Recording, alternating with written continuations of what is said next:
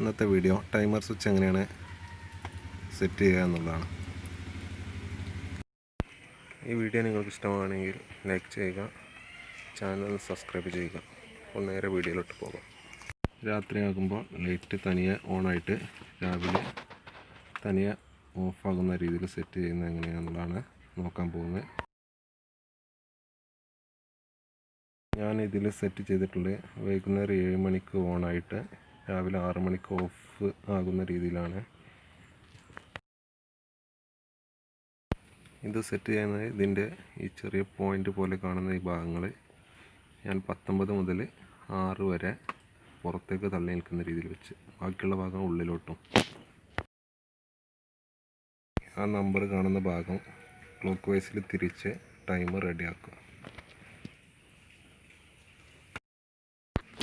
പിന്നെ അതിൻ്റെ കണക്ഷൻ എങ്ങനെ വരുന്നത് നമുക്ക് നോക്കാം.